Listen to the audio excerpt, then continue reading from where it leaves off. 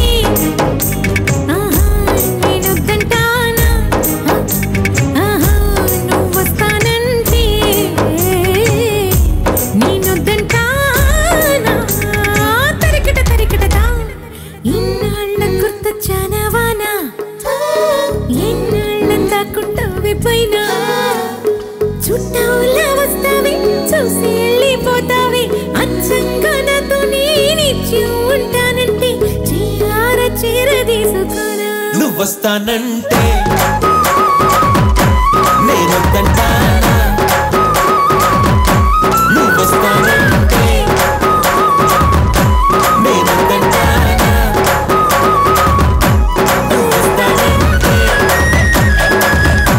నేనొద్దంటానా నువ్వొస్తానంటే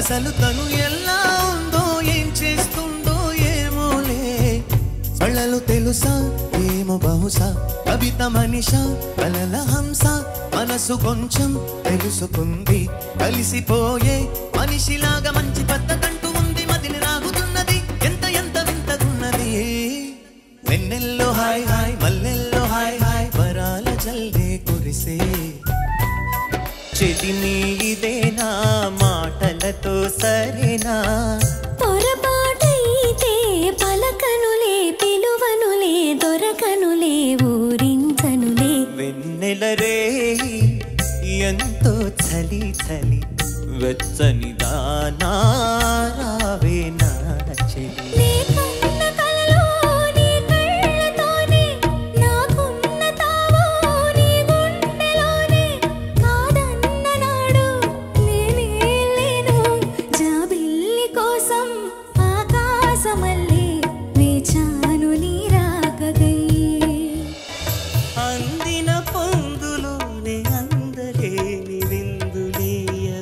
కలలిక పండే కలయిక నీడే కావాలి వేయిగా మమతలు వేయిగా పెనవేయి నన్ను తీయగా మల్లె